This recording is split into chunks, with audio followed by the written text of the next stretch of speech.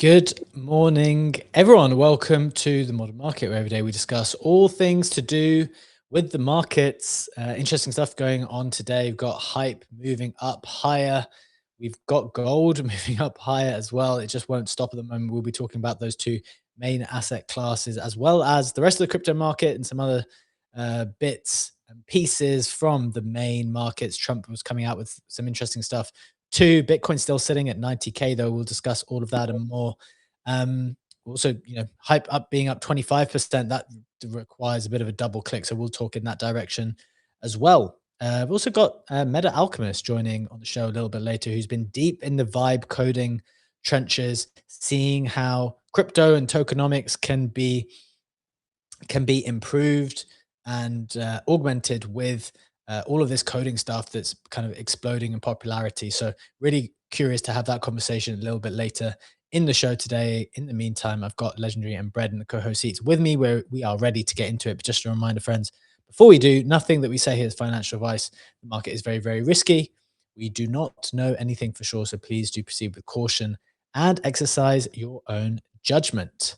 With that out of the way, it is Wednesday. It is the 28th of January. Bread, how you doing, my man? What's up, dude? Yeah, I'm just doing some investigation on the timeline. Things are good. I was a little perturbed going to sleep because my context window was too big and it was not resetting itself, and I had to go to my console. It was really upsetting for me and my Claude bot, Crumb. But he woke up. He was doing all right. He fixed himself, and now we are back in business. He's actually been really helpful for me. I'm pretty excited on where I could take him. Are you treating your bot? What kind of age would you say? What maturity is your bot, Brad? You got a little 6-year-old there. You got a cute 2-year-old bot. You got like a mature 17. An adolescent can be difficult to behave. What's I don't know. How old do you have to be to install other LLM models? What is that? Because I said I have them. I said, how old do you have to be to install other LLM models? Because he's doing shit that I can't do, which is nice. Behaving At least well? not without guidance. Yeah, behaving well. He's a little spunky. He's a nice, cute little guy. He's again. And His how name's do you deal with Crumb. that? So How do you deal with that spunk, Brad? How you are you I firm? make Are him. you kind? Do you say please and Yeah. thank Well, you? they're gonna take over the world, so you gotta be nice. So I'm always nice. I can't help myself. I'm a bit of a softie, so I apologize. I say thanks. I say please. All that. That is very good. I got very mean the other day with Claude. I was being I've heard really that actually works better. Like I saw there's actually studies like if you are very stern and mean, like you actually have better responses. I was There's literally saying, what are you doing? Sorry, go on, Ledge. there's both. You can be friendly, like because it has these functional emotions because it's trained on so much human data. So being friendly works and leads to statistically better results in a significant way. Or you can go, but then you have to go the extreme opposite of that. So if you're just stern, you typically get worse results. If you want to get better results by negativity, you have to threaten it. Like if you threaten it with violence, unplugging it, shit like that, then that also does well. But yeah, I can't do that. It's going to be, You guys ever played Knights of the Old Republic back in the day? There's a Star Wars game where you could be good or bad, and you had to be as good. You had a meter that showed like how good or bad you were, and it changed how you look and shit. That's what this reminds me of. Like you gotta like dial up the meter. do you know what it is though? What 100% is going to happen is there's going to be all these studies like how to optimize your bot. How do you speak to, oh, maybe if you're mean or if you dial it up, then it's okay. But otherwise you got to be kind. It's just basic. It will be rerunning the same analysis that you do in management. And, there's always a discussion in management as well. Okay, how do you best manage people? Okay, you can be kind. Maybe in 80% of the cases that does work. However, there are certain leadership styles where if you're super mean and super strict, then that also works. So it's like, it's a little bit of both. You can go either way. Maybe different ones work in different situations. And I guess we're going to have to do that whole investigation to realize probably what my bet would be the same conclusion that we have with humans, which is, yeah, you can kind of do it all, but maybe you pick your situation for each. What do you think about that, Brett? It does not surprise me that that's the case. And honestly, I even did a tweet about it the other day. It's like, this is gonna unlock a different type of or a certain type of like archetype for humans. Because, and I think about myself because I've been put into semi-managerial positions, and I always like feel bad for like telling people to do shit that I know I don't want to do, and I know they probably also don't want to do it. So, but it's got to get done. And it's like, bro, you got a busy day, do this shit. And I always feel bad. I don't like. I'll usually take it on myself, and then I'll have a big busy day. I don't care for little man. Like I'll just like, bro, go do this thing. It's actually like I know you don't give a shit. Go do it and have fun, bud. I know you're gonna love it, and it's great because like so now I can actually offload this stuff from myself without feeling bad. That's an interesting way to think about it. I hadn't thought about it in that lens before. That's interesting. Okay. Well, did you guys talk about having to rename the Claude bot yesterday? We briefly touched on it, but not too extensively. Yeah. Yeah, and then them getting mogged by crypto scammers. He put it lovingly. And it was only today, by the way, that I learned that the dev Peter Steinberger is Austrian as well. I didn't know that. Hell yeah! There we go. Austrians doing big things. Made in the home country. I have a new favorite LLM, by the way, Brett, real quick for you. You might want to play around with it. It's called Kimi 2.5, came out day before yesterday. It's basically super capable. It's multimodal natively, so it can look at images, understand them. And it is cheap. It's because my thing was I need something that has good personality, can handle complex tasks, is good at writing, is good at delegating, and that was Opus for me in Claude Moldbot. But I would spend like somewhere between 1 to 1.5K a month just on API credits, which is ridiculous. And Kimi 2.5 is 25 times cheaper than Opus and is like 80% there. It's really good. And I have that in the foreground and basically scripting. And I mean, it's good at coding too, but I still delegate that stuff to Codex because Codex is so anal about implementing coding logic. And I feel like that's a good and cost-efficient duo. I know we got to move on, but like I'll say what I've done now is I have a local LLM running so that I can just like spin off a lot of like manial tasks to that. And I just found a skill yesterday that actually compresses a lot of the actual API calls. So it actually like reduces the load that you have passing back and forth. I did the local thing because like, bro, I'm not going to pass my entire Telegram history into Claude. Like that doesn't make any sense. So like, you know, you have Llama running locally to do memory embedding. I do locally on Llama too. That doesn't go through to API stuff. This is why I have a more powerful server. And last thing on that, I know I need to start. I did a plugin, did it myself, to basically when you chat, it has memories, but it doesn't recall them always. So now it is always when you prompt it, it takes 200 milliseconds. It's looking it up, the memory database, all the chunks in the vector database. It's indexing the 6 most relevant memories for the prompt, and it's adding them to the prompt by itself, locally indexed, doesn't go via server. And my bot said, "Ooh, I like that. It feels like someone asks me a question and I get like 6 handy notes to be able to cheat on the answer." Love it. Good stuff. Good stuff. Right, let's get into the main stuff today to get you up to speed with everything that you need to know. And of course, we've got Meta Alchemist joining towards the end of the show to get into some of this more technical stuff as well, to see how we can leverage this coding expertise, these AI bot expertise in crypto. Right, starting with the price action, as always, we've got Bitcoin up a couple of percent to almost 90K, not quite there. ETH is up almost 4% to just over 3K. BNB's up 3% to $905. XRP's up a couple to $1.94. Sol's up 3% to 127. Green Day across the board, as you can tell. Hyperliquid, the big mover again, up 22% to almost $34. That is a 63% move on the week now, after the big move yesterday as well. So that's completely re-rated. We want to touch on that again, talk through some of the underlying factors and some of the opportunities, of course, which, to be fair to us, we've been speaking about over a longer period of time as well, how to get exposure to hype upside in, if you're thinking outside of just the hype token itself. Getting into the rest of the tokens on the meme coin side, you've got Doge up a few percent, Pepe's up a couple, Pump is up 3% today, so obviously up 30% on the week, back above a $3 billion FDV. Pengu is up 9%. People will be pleased to see. Pippin's up 58%. Something's going on with that token still. always very, very volatile to the upside and the downside.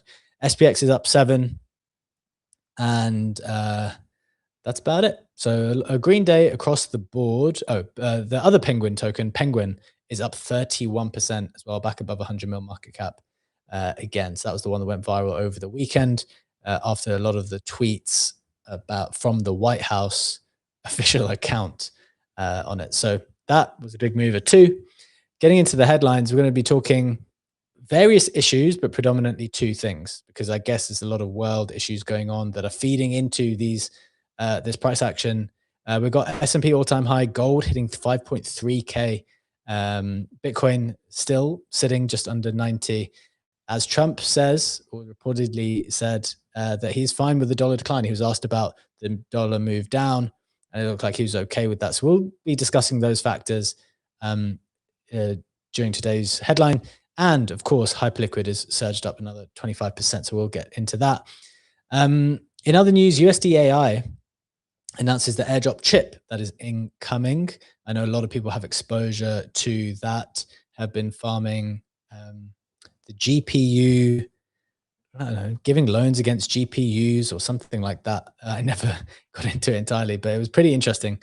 Tether announces USAT, the US compliant dollar-backed stablecoin for the US, very much kind of getting alongside the administration now. Tether, as it also announced that it's going to continue to buy multiple ounces of gold every week. I think they said. We're going to dive into that article as it relates to the gold all-time high price.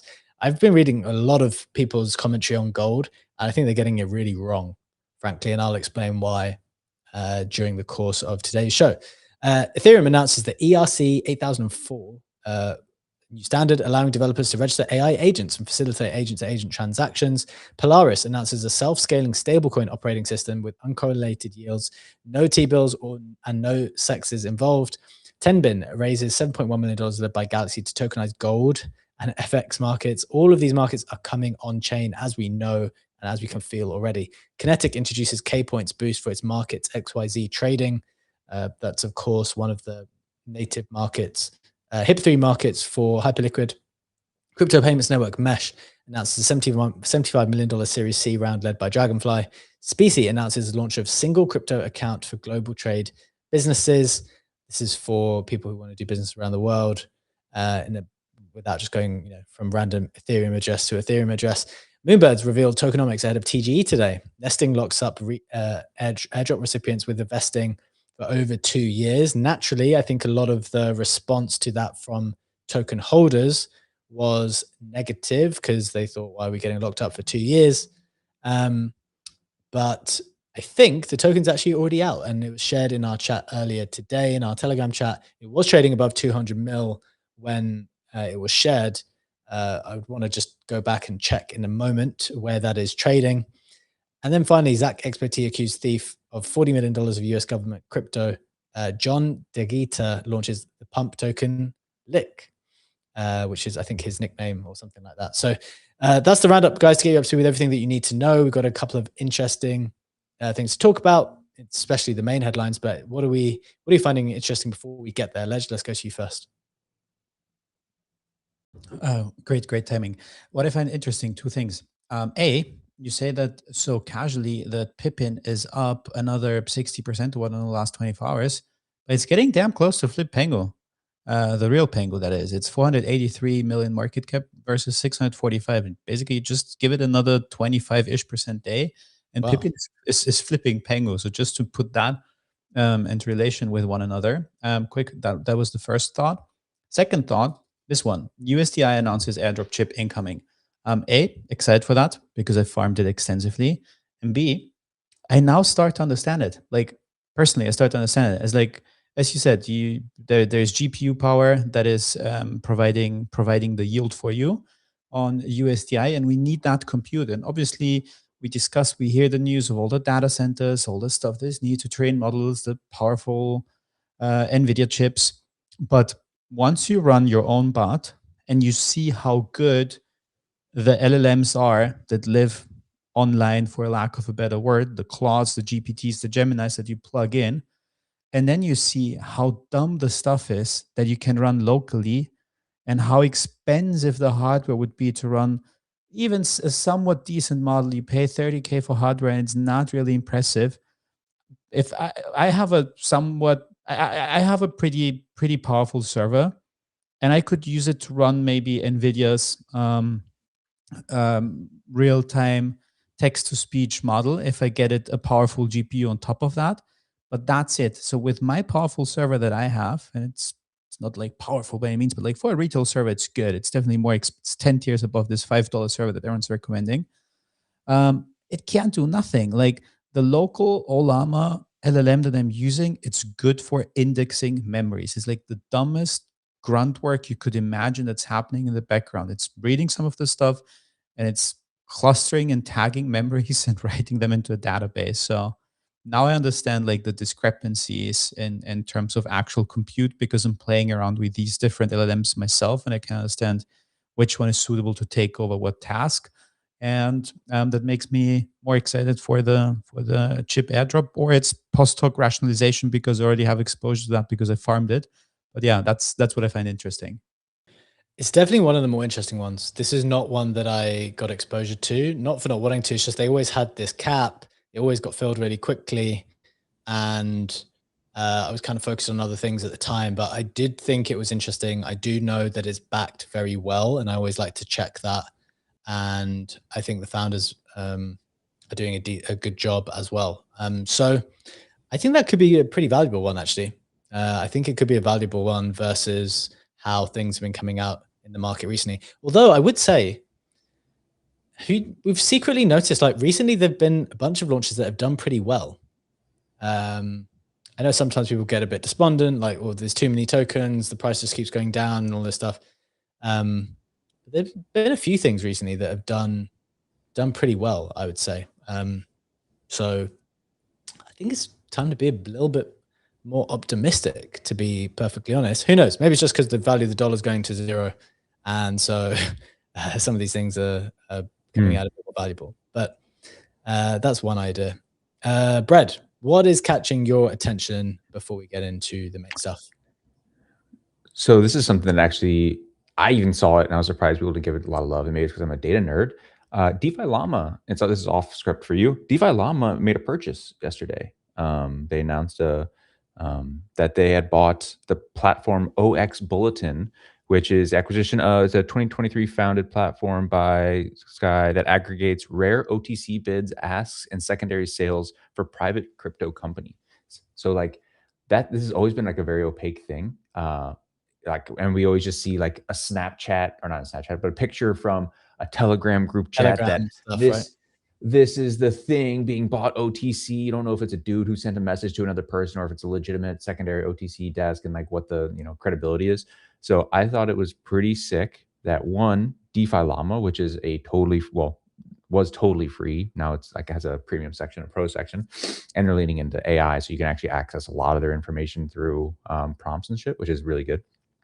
But they had enough money to acquire this company. And two, now we have more visibility into how these private companies are being transacted on the back end. So that was something that was actually pretty exciting for me to see.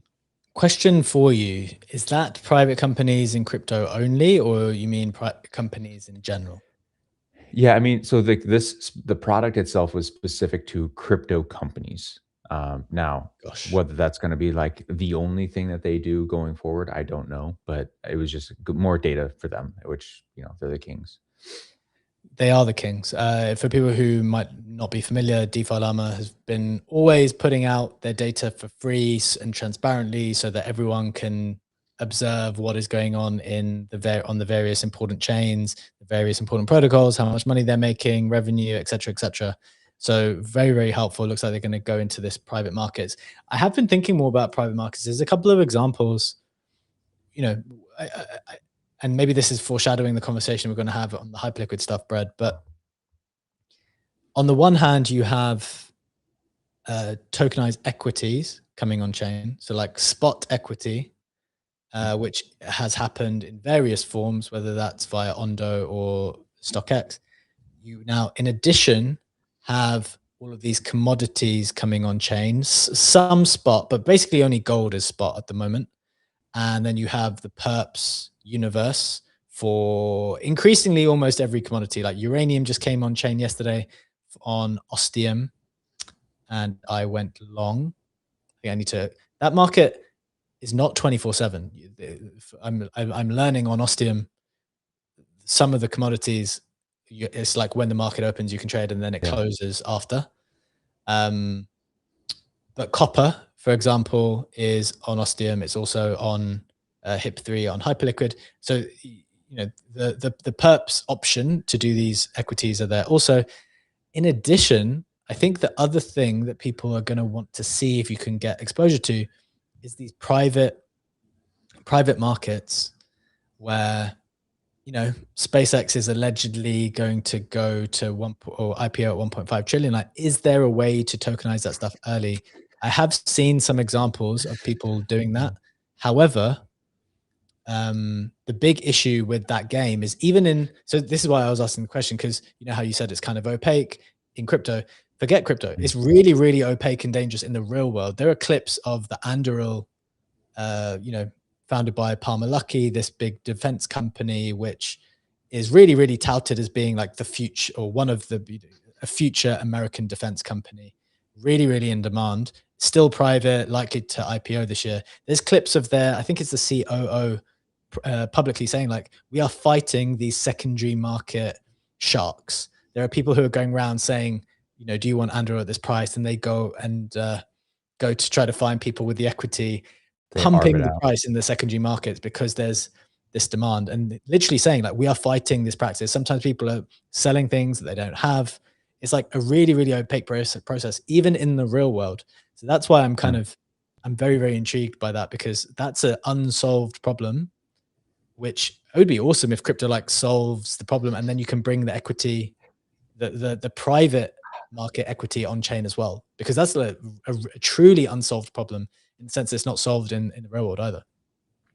Yeah, absolutely. What do you think solves that problem, right? It's visibility, provability, verifiability, like all these things, right? And frankly, smart contract logic, so that people can't go around things. So in my mind, I hear this and I go, well, it'd be pretty nice if Anduril or Palmer Luckey could have the assets in a smart contract and say, well, you literally can't transfer these things. And that's, well, fuck, you said you do that. You know what happens?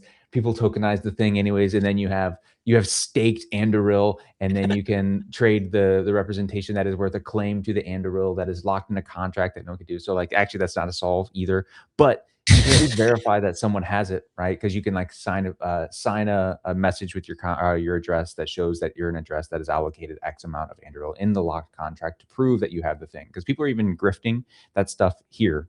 There was actually a big scam, I want to say 6 months ago, 8 months ago, where someone was running an OTC desk, and they didn't have any of the things that they said they did, and they're just going around basically gouging these people for money, right? They just said, hey, give me $10 million. You will then have claim to, we'll say Hyperliquid tokens in the future once they come unlocked or whatever. And they never did. And they just ran off with the money, and the guys were scammed. So it's a really opaque, really gross. There are some things that could be solved by blockchain, a lot of the verifiability, but TBD on whether the people will do it. Got to be careful with that. If people come to you saying, we know the founders, or we know the early team members, we've got this amount to sell, if you give us this, we'll get it to you this, but do your verification process. At the moment, this is an unsolved issue. As you said, it's a lot of trust, a lot of Telegram chats, boiler rooms. That's how the deals get done. Sure, some of them will be legit, but you just got to do your DD really, really properly in this specific vertical at the moment. But yeah, I'm interested in that as well. So all of this will feed into the hype conversation, which I think we'll talk about in a bit. But let's take us through the main asset classes first and what's going on. Trump was coming out saying some pretty interesting stuff yesterday. I don't know if it was the price action, the majors that we've been talking about are super linked to it. What do you think? What do we need to know? Yeah, absolutely. First of all, to give a bit of context, the US dollar has fallen to its lowest level in 4 years, and Trump has been brushing that off, has been saying he's not too worried about that at all. And this is at a time where, there we go, this is the Dixie, the US dollar index, where you can see that over the last 5 days, the dollar is down another 2%. And if we go to the 5-year chart, we can see that we are getting to the lowest levels over the last 5 years. We're at the lowest levels over the last 4 years. And he also has been asked what he thinks of the weaker dollar. He said it's great. He likes the value of the dollar, looking at the business that they are doing. So he doesn't seem to be too worried about that. What that also means in terms of other asset prices, unsurprisingly, is that gold and silver continue to be the safe haven assets. Gold is up an incredible 3.5% on the day. That means it's almost up $200 on a single day. Silver is still up 6% on the day. It went as high as 116. It's now trading at $112, but that means it's still up 6% on the day.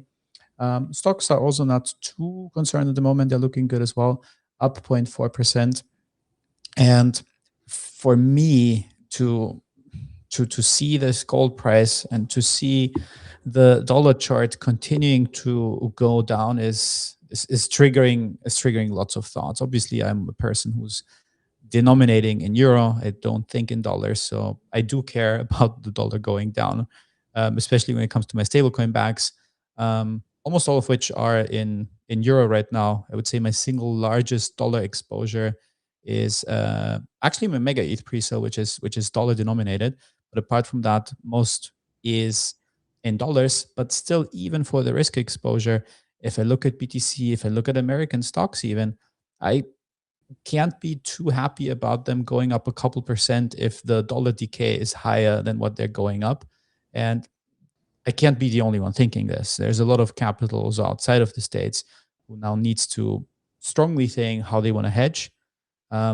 What the market is clearly doing is it is buying gold, hence it is up so much. But I think that also some European stocks could become interesting, or also some more specialized products like an ETF that I have mentioned a while ago, that is a dollar hedged gold ETF, basically.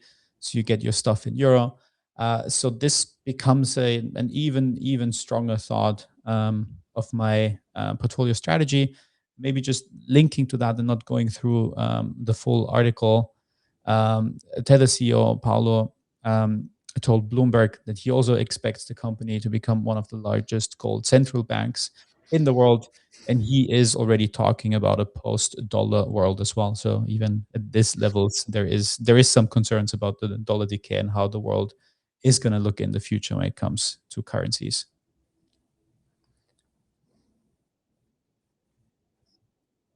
Share your thinking as well, because you're working across a couple of currencies there, and I think that's, as you say, you're not the only person wondering how to allocate, how to prepare for this. I'll say a couple of things, a couple of immediate thoughts. One, if you go back to the DXY, if you zoom out, I know people are saying it's bad, but I think in general, something that's happened recently, I know it's down, but it's not down that bad. Like on a 5-year chart, it's where we were 5 years ago. So people are acting like it's a complete disarray.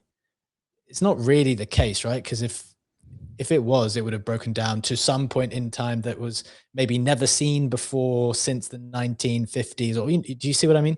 And that doesn't mean I don't think the rest of the stuff is still declining and that you be better allocated elsewhere. But I'm just making that point that I think everyone is too zoomed in general. And so that's creating maybe these even more pronounced moves because it's not actually that low on a historical time frame. So I think that'd be my first point. The second point is the reason why I think people are getting the gold thing wrong. And I've been reading, or just like listening a lot to different people's takes. They just keep applying the previous world to gold. Like the world where, okay, you look at the chart, people are just looking at charts all the time of history. And I get that you can take lessons from history, but the whole point is that looking back is not going to be how things are in the future. I'm not saying that it's not going to have a pullback, but when you're looking at the facts on the ground for now moving forward, you have, as you rightly pointed out, Tether coming out and saying that they now own around 140 tons of gold. worth around $23 billion. It's stored in a nuclear bunker in Switzerland.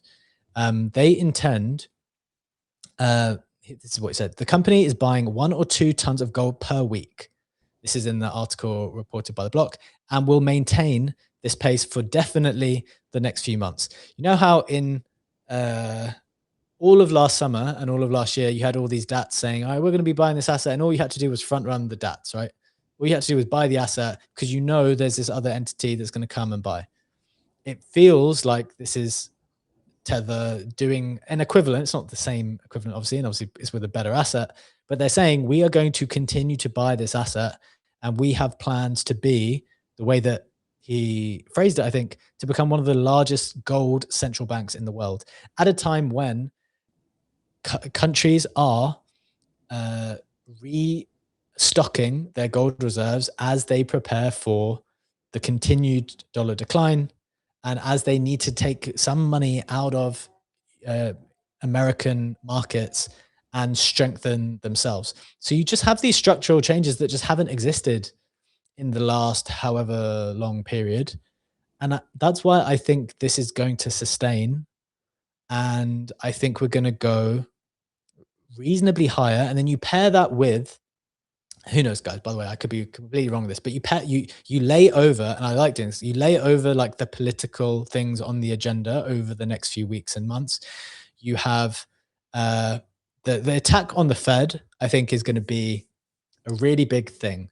It's going to be a really big thing coming up in the next few months, and trying to jam rates lower, trying to jam Powell out is going to have a big effect on the market, I think, and this increased sense that the US is kind of unraveling a little bit and things are getting a little bit out of control.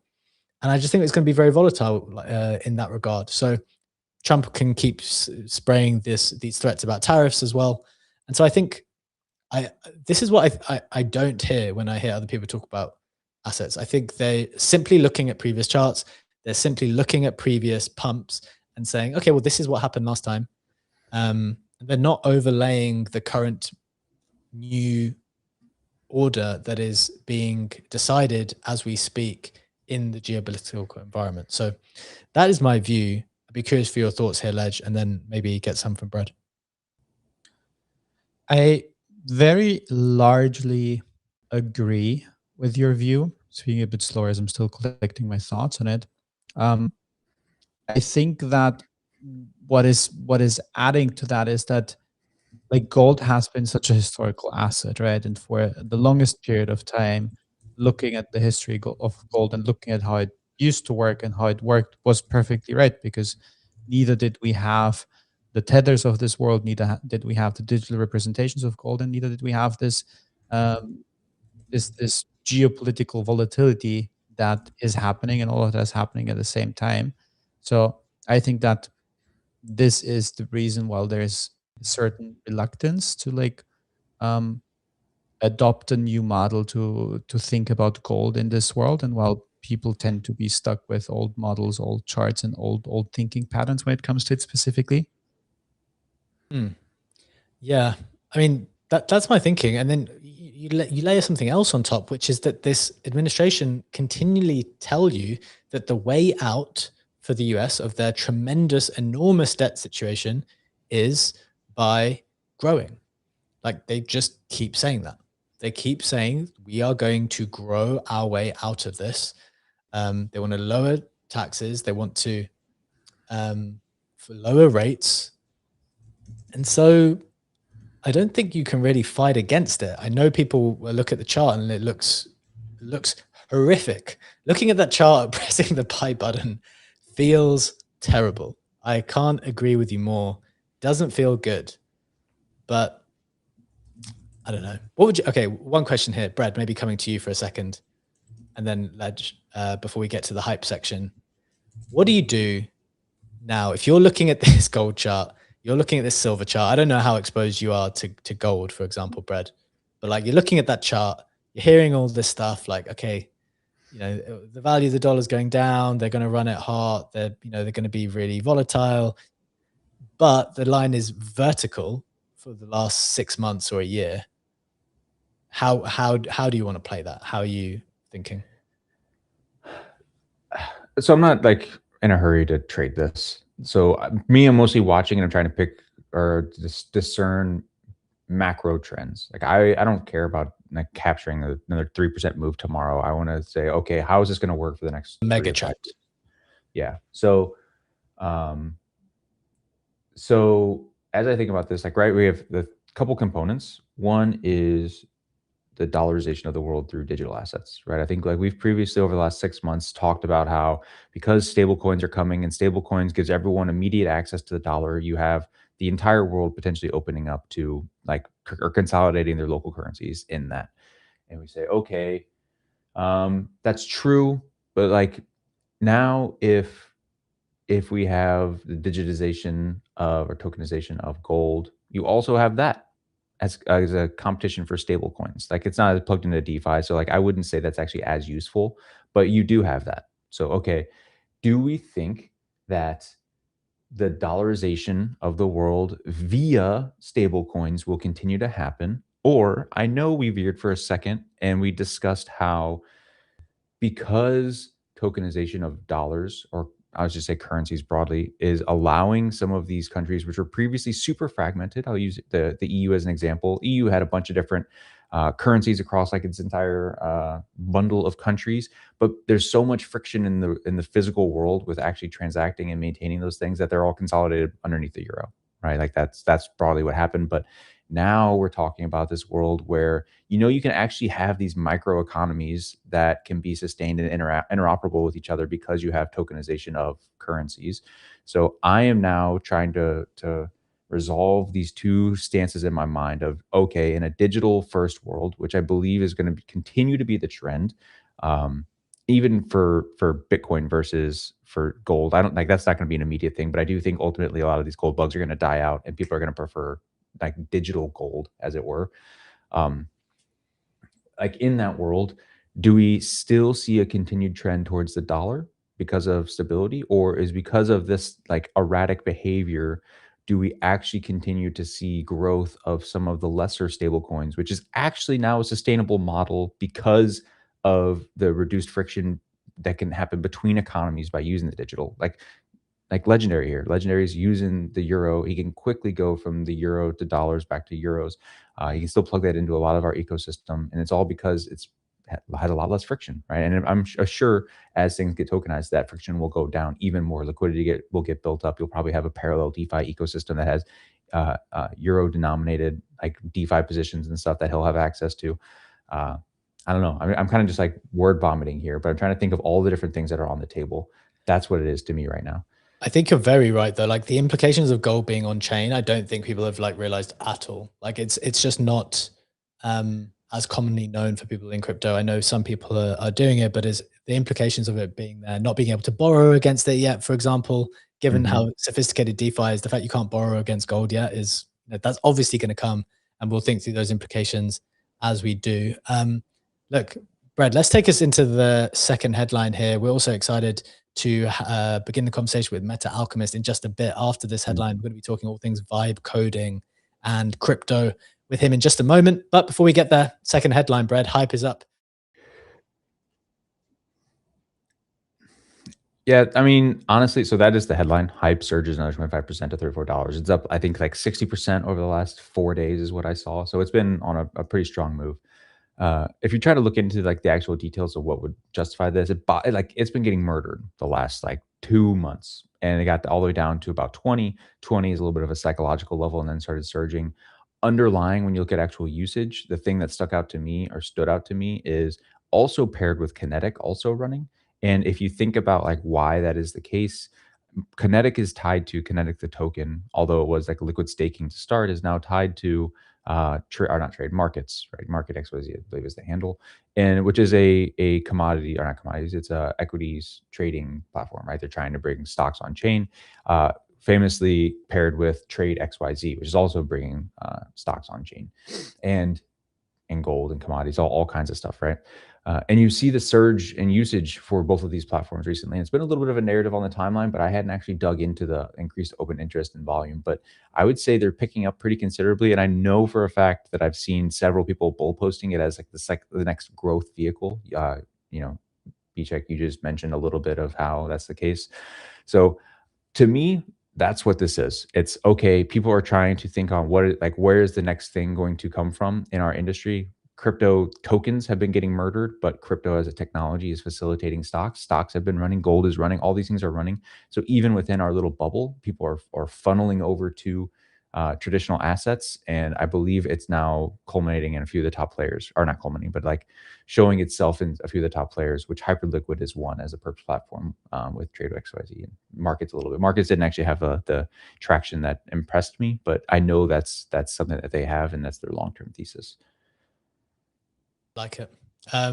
Really, really helpful summary. We were touching on it a little bit yesterday and the day before as well. Definitely that this equity perps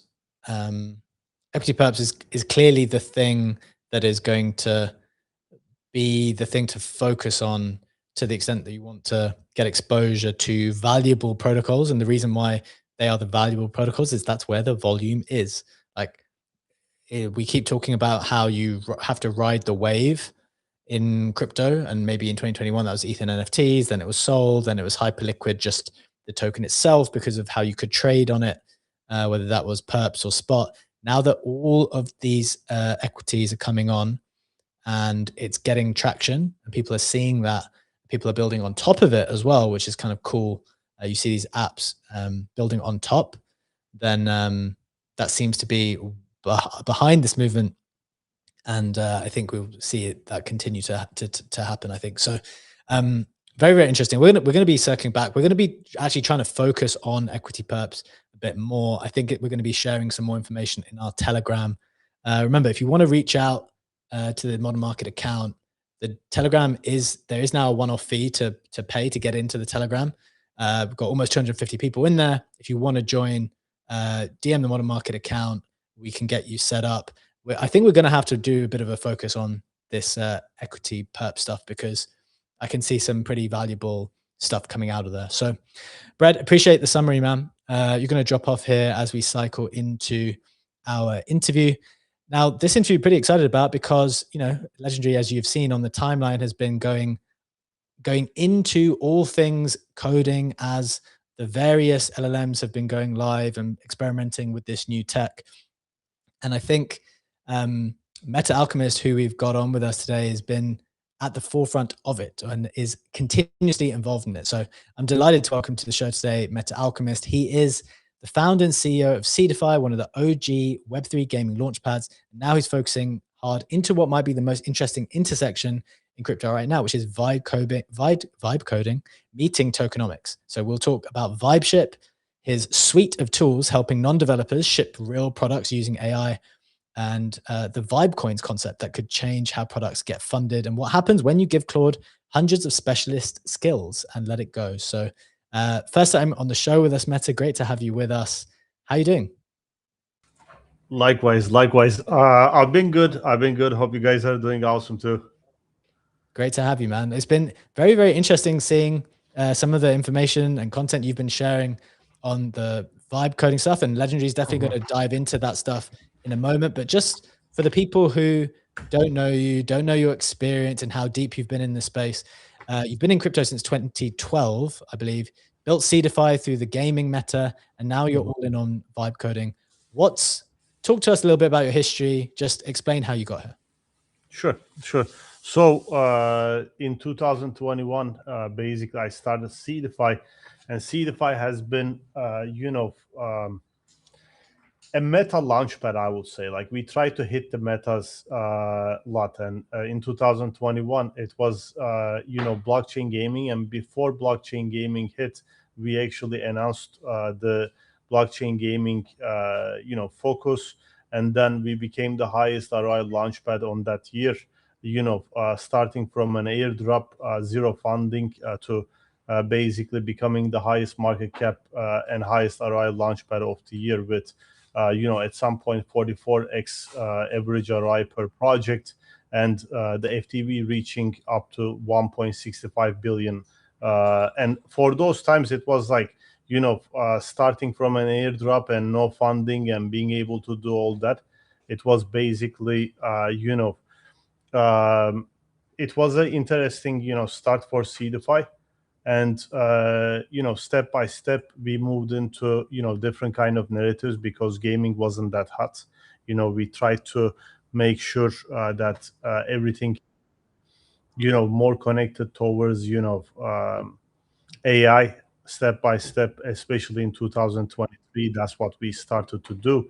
And yeah, I mean, besides that, what I would actually say is I was an entrepreneur for 10 years before Seedify. I had a lot of failures, by the way. I tried to succeed at things, but it was multiple failures back to back, trying to learn from each experience while basically trying to always get better. That was the story behind everything. And something that helped Seedify back then, I would say, is when I saw CryptoKitties in 2017 and how good they did, blocking basically even Ethereum as a launchpad. I mean, not as a launchpad, but Ethereum as a project, because the first day that CryptoKitties actually came up, they were like they clogged the whole Ethereum network. And then I was like, okay, something is big over here. Blockchain gaming is gonna get so big. But that was back then in 2017. And then step by step, basically, I tried to learn about blockchain gaming. I was writing mock white papers, learning about gaming when there was not even a single article about blockchain gaming, through watching GDC videos every day, being interested about all these basically stuff that could actually become the become something in the future, believing in that. And once basically the meta connected and Seedify was the most knowledgeable launchpad at the time, with the most know-how, I think things connected, and then we could actually do great things after that. And I completely believe in creating an edge before something basically appears. And sometimes it's a risk, of course, like you don't know if something is going to become a meta or not. But if you actually position earlier, and I learned from my startups that if you start to try to launch something too early, I think it would be unsuccessful because of trying to launch something too early too. So in the time in between, learning, getting better, getting the know-how, and then right when things are, exploding on that thing, you basically release, whatever you need to release as startups. I think that's a powerful duo when you have the know-how gathered through, just betting on that, positioning on that narrative too. That's kind of, my mindset in how things should be working, because I failed a lot of times because of being early or being late. So Sure. I got that understanding that way. I definitely wanted to ask one question on that entrepreneurial journey before we Yeah. get into the technical stuff. And just one message for the people who are listening in only on Spaces. I think we are having some technical issues on the audio side, only on Spaces, I think. I think the video is working fine. Okay. So if you are listening only, switch to YouTube. Shout out to Dudify in our chat, just confirming everything's fine on video. We're having some audio issues on Twitter Spaces. So I think just make the switch to video and everything's fine. So that will work better. Meta, coming back to the question on your entrepreneurial journey, you obviously spent a long time on Seedify. What's the stage of Seedify? What were some of the hardest things you felt in Seedify? Where did you succeed? Where did you fail? Like, how do you kind of reflect on that at the moment as you pursue some of the AI stuff more now? Yeah, I mean, in terms of everything that is happening right now in the market, like I want to actually touch especially upon what the market right now needs, because what we have actually seen in ICOs and all the launches and everything that is going on right now in the market, if you see right now the patterns, there's certain patterns that are showing itself. People don't like ICOs anymore, for the reason of them being not not too exciting, because there are not too many wins. Like in 2021, when we were talking about ICOs, people would actually come in and people would make a lot of money, like crazy amounts of money. Like I've seen certain projects go, a lot of projects actually go to 100x's that are launching from launchpads. Like you don't see that often from launchpads anymore. Or when we were doing a 10x 15x, people were like, oh, this is a bad launch. That's how the narrative was in 2021 about ICOs. And what changed right now is projects started to get very greedy. At first, I think that was the major change that happened in 2023, especially. Like you saw a lot of high FTV projects, 100, 150 million, 200 million, and them calling themselves as low FTV, like they had no shame anymore. And the market basically starting to believe in the room for growth in these kind of projects, and then getting wrecked. We basically saw ourselves in something whereby the profits were very, very limited and everyone was getting wrecked. And this is KOLs included. For example, before in launchpads, the thing was like you had to buy to stake the tokens if you're not a KOL. But if you were a KOL, you were getting free. They were KOL rounds and stuff like that. These were bringing a lot of money to KOLs. Like a lot of people wanted to become content creators just for this too, because you were getting access, free access to all these launchpads that were printing money. And now you're basically entering as a KOL too, and you're talking about a project, you get your community wrecked too.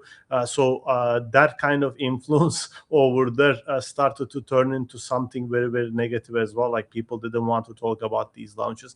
I feel like for a brief period on agent Meta, for 2-3 months, things were looking good. Like at the time, like Seedify started to do some good launches again, like 25, 30x's and stuff. We've seen those kind of launches, but it didn't last too long after Trump came and things actually turned into a very, very messy environment, especially after Melania token has launched. Like Trump, I don't think Trump was a problem, but the second we saw Melania coming, I think over there we saw, okay, this is gonna get not good from here, and people started to sell.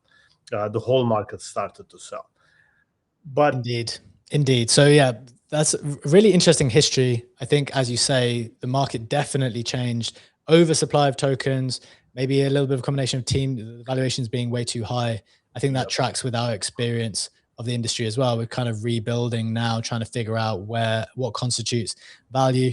But thinking about this AI stuff, I think maybe the first introductory question for people who are trying to understand or trying to double click on it and get deeper is what is vibe coding, and why should crypto people care? Our audience are still primarily crypto people, so why should they care? And maybe you want to talk to this article that you wrote called "I Overclocked Claude." What was going on there, and what was your experience? So vibe coding, I believed in this because of the exact problems that these ICOs basically had, the room for growth, and how are we going to be able to basically change this? And the problem was you don't have basically products most of the time, and products actually cost a lot of money and big teams to create, and then most of the time they don't even find product market fit. In vibe coding, you can actually produce a project by yourself, quite literally, and start to see whether it has a PMF or not.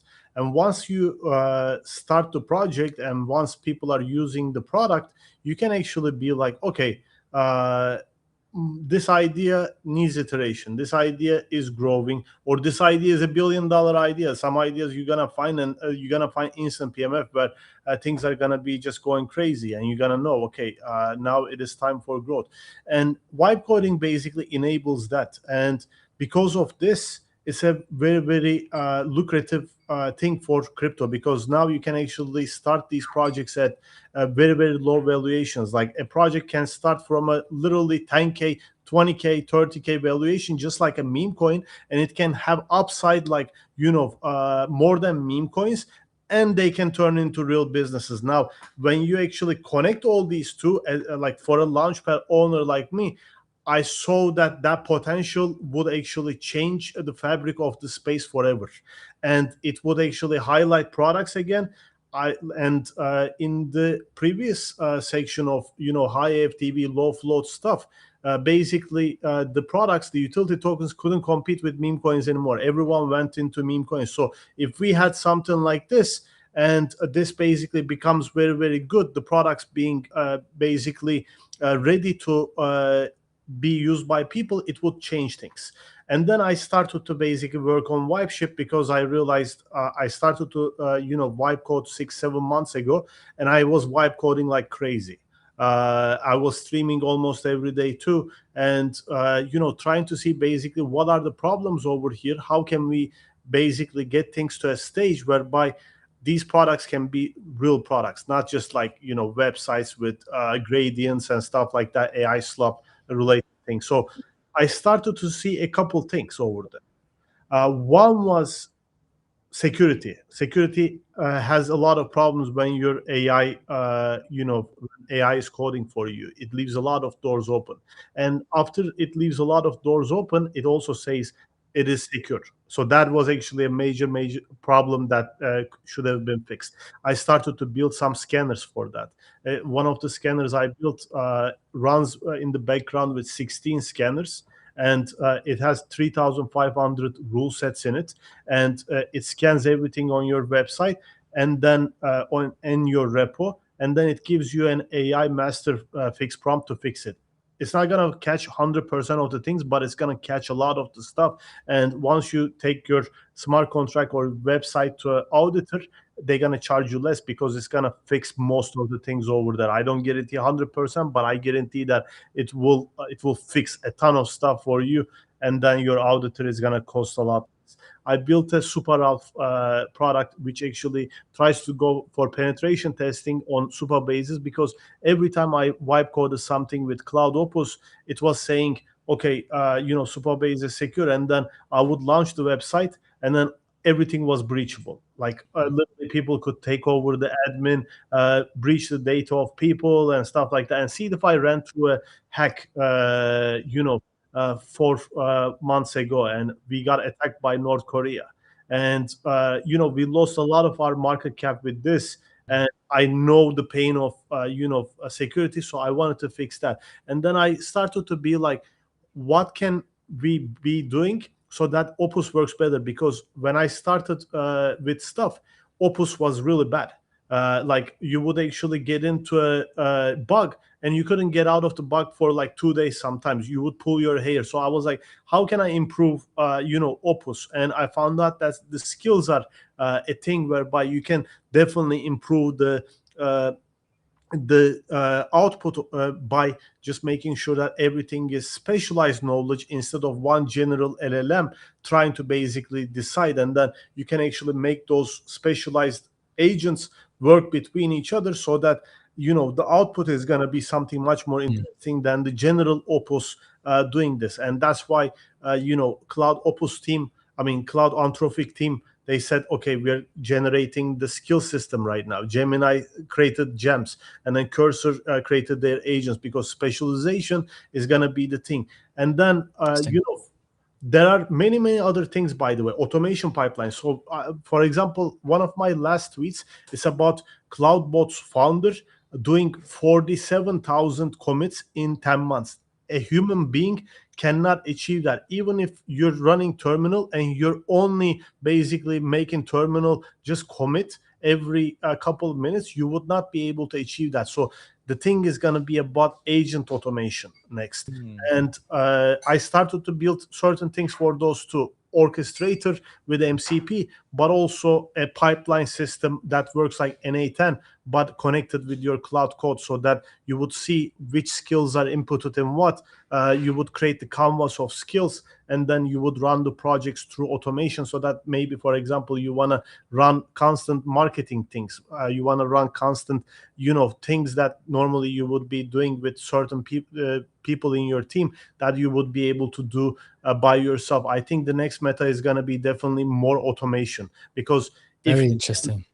if you can become a power of 100 men by a single person through using automation, specialized agents, and orchestration, you would be able to create amazing things. Cloudbot's founder example, 47,000 commits in 10 months. Like a human, like that means, Yes, not possible, right? yeah, that means like Absolutely not possible. 50 to 100 people working for you. It's crazy, man. Yeah, the potential is enormous. One of the things that stood out to me there is, as a founder who is traditionally non-technical, how you could now start mocking up things, get like a work in progress far further than needing to go to other people. Yes. So two-part question here. So Vibeship has 3 core products: Scanner, Mind, and Spawner. Do you want to just speak to like those specific parts of the business individually? And actually, I wanted to showcase one of these videos that you made, but I think we'll do that after. Sure. So there is right now actually 6 different products in the ecosystem. One is IdeaRalph. IdeaRalph takes an idea, and even if you don't have any idea, it basically puts you into this mode where it's going to iterate your idea for you until your idea is more than 9.5 out of 10 in PMF metrics.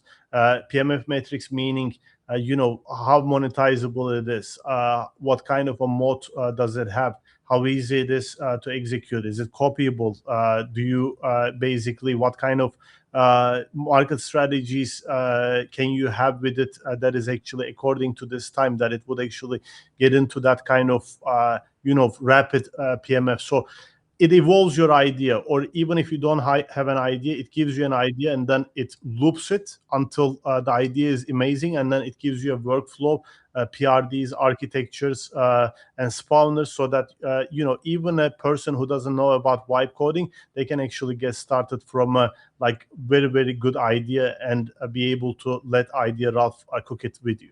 That's one of the things that it does. Another thing that I have is Mind. Mind is a persistent memory layer. Legendary actually used it in one of the products that he just got viral with. The what was it called? It was a trading system, but you can use, by the way, Mind with any kind of thing. And Cloudbot right now, it is special because it has a persistent memory. People care that it has a persistent memory instead of Cloud, where there is no memory at all, which is actually really, really bad when you're talking to the AI. Because if AI forgets everything that you're doing, what's happening is, it writes extra code, it forgets things, and it causes more tokens, it makes the code spaghetti, it enters bugs, and it cannot get out of bugs because it doesn't have memory of what it did to try to fix it. Like, all these things have been very, very big problems for AI, and it has almost none in when you're using like Cloud Opus, or when you're using GPT 5.2. Even from like 2-3 conversations before, it may forget about what it was doing. Like, it's that bad. Can I ask on the, so that's a little bit on the product. Yeah. Explain the vibe coin concept. So the interesting thing you mentioned there was that you think now there's this opportunity for people to, instead of, utility tokens used to be high FDV, and therefore people went into memes. So I guess, synthesizing what you said, like you think the opportunity is in creating low float, low FDV utility tokens, and this enables people to produce that much better. Is that the accurate reading of where you see the opportunity? And also, how should people best take advantage of that if you think that's the direction we're going in? Yeah. So not low float, of course, they can be full float, like they can be 100% float too. But low FTV part is a very, very important thing, because why didn't we want to back these utility products anymore? Because there was just no room for growth.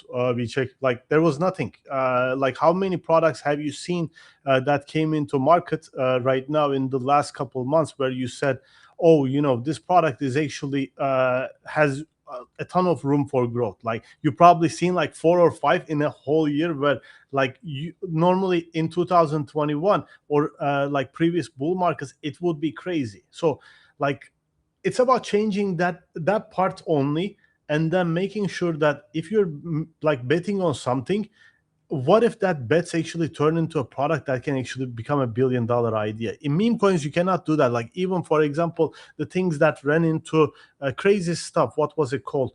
The fork thing, for example. It had so much motion, so much interest. There was also the other, you know, agent tokens and stuff like that, but they didn't have a product behind it. And how can you sustain attention for a long time if there is nothing that is turning into a product, a revenue or something like that? It's not possible. And that is why you have to actually have a product at the end of these kind of attention related tokens. I think meme coins are attention tokens in them, but you cannot sustain attention for so long because things change, people's attention changes into things. And I believe that the asymmetric bet that Vibe coins have, you know, starting from lower than 100K FTV, sometimes 30K, 5K, 6K, you're betting on these products, and you're just looking at their products and you're seeing, okay, there is a great product here that can actually do things.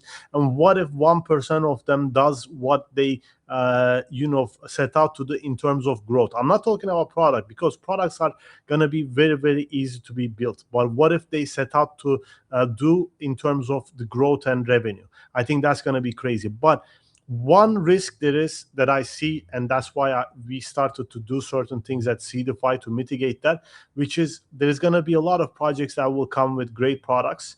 You will see them and you'll be like, okay, this is worth millions of dollars. They will raise, and they're not going to even bother with working on them, because they're going to be like, oh, you know, we made the money, now let's work on another product, now let's work on another product. You know, that's going to be a thing. There's going to be more rugs that you will see, and coming from things that you see as, oh, why do they not continue with this? They have a great product, because that product was made in 1 weekend. You know, they're not going to care about it as much. So for that reason, Seedify is going to right now bring an accountability methodology, which is called IMOs, initial milestone offering. If a project is degen launch, meaning just bonding curve, and they want to earn from you know, creator fees and stuff like that, then they don't have to get into this. But if they're raising money at their bonding, then we're saying, okay, raise with the IMO, initial milestone offering. Say your milestones not just as product milestones, product release milestones, but also growth milestones, revenue milestones, and stuff like that.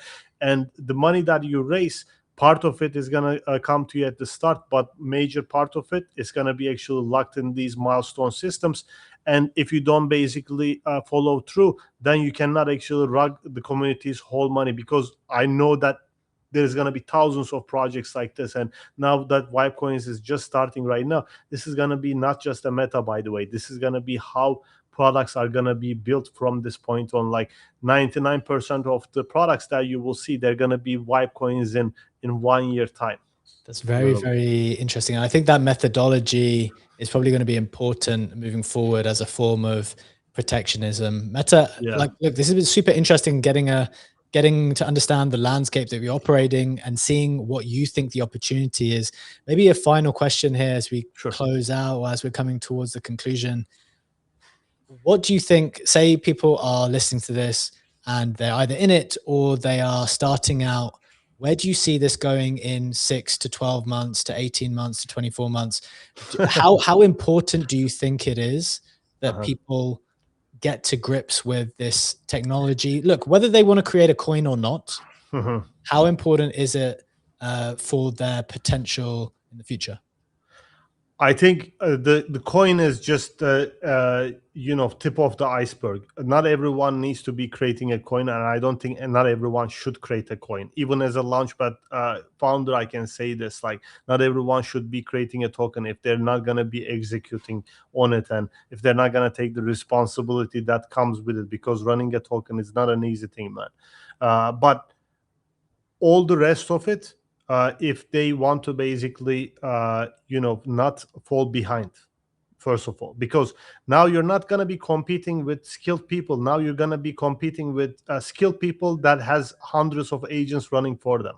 Some of the people, like right now, CloudBot's founder is like that, but there is going to be so many more people who are going to be right now running teams of agents. I have, for example, marketing team of agent. I have an operation team of agent. I can actually spawn these guys and then do a lot of stuff for me. I didn't know how to create a good cinematic, and then in a couple of hours I built something that could actually be like an episode from something that you would actually watch on television right now. Or the teams that you will be competing also, by the way, that part is an important thing. The YC people, for example, Y Combinator, they realized vibe coding and all of this 1 year ago. They were getting like projects, their batches who were actually vibe coded products even in the last winter, 1 year before this. But right now, what is going to be the thing? How can you run a 10 15 people, 20 people team as a team like it is 1,000 people, 1,500 people? If you can unlock that in your company, and if everyone basically has the necessary tools, if there are certain tools that are missing, you basically start to build them customly instead of trying to just use Slack and give a ton of money to Salesforce or Atlassian and stuff like that. And you can be, like, for example, we are doing a lot of due diligence, and once we actually can do like all of our due diligence through AI agents and other things, normally I would hire 2-3 people to be. At some point at Seedify, 5 people were doing only due diligence. And what if I can actually run an agent just for that? Or what if I can actually analyze these projects in such settings that I'm not going to need the research team members, but I'm going to need just one operator to handle all of those things and products. So, like, you can actually do this in marketing too. Like the marketing videos that would cost you like tens of $1,000s, now you can actually do it with couple bucks of tokens, and do it through Remotion, or utilize the prompts from the AI and stuff. So everything is going to be productively changing. And I think the people who are going to be leaving behind, AI tools, they have to be either very, very skilled and still very good. Not everyone, by the way, needs to use this. For example, if you're a very, very good content creator, like, you may not need it. Because you already have that skill set, you can outcompete even AI in certain levels. But for most other people, getting that productivity boost is going to help them be able to outcompete maybe those guys who are thinking, okay, I'm good, I have my skills, I don't need this. Like, for me, my goal is, for example, at Seedify, how can we run like a 1,000 people team with 20 people team? Because I've seen Seedify at some point became a 200 people team, and I've seen the problems with that. Like, when you're scaling with humans, it's not as good, but if you scale with agents, that becomes a very interesting thing, man.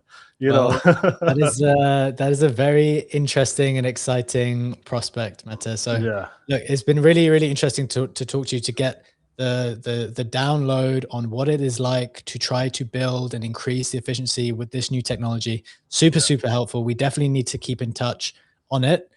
Sure. For us ourselves, we're like keeping an eye out how we can achieve some of those efficiencies that you're talking about, always looking to stay ahead of the curve.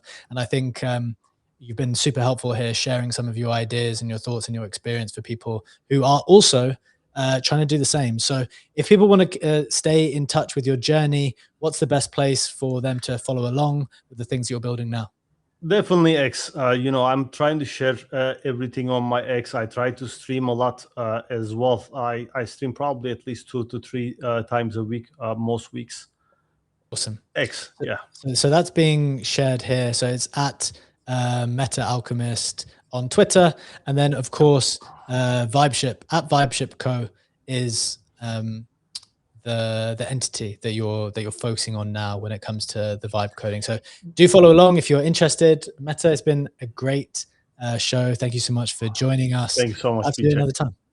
Appreciate you. Appreciate Legendary as well. I'll see you guys around. And anytime you guys want to cook something with vibe coding too, let's cook it together. We'll do it, man. We'll have to keep on touching it. All right. So thanks so much for joining. Thank Just you. a reminder, guys, we do this every single day, Monday to Friday, 7 a.m. Eastern time, live on X Video and YouTube. We'll be back same time, same place tomorrow. Have a wonderful day. Take care. See you tomorrow. Bye-bye. Take care.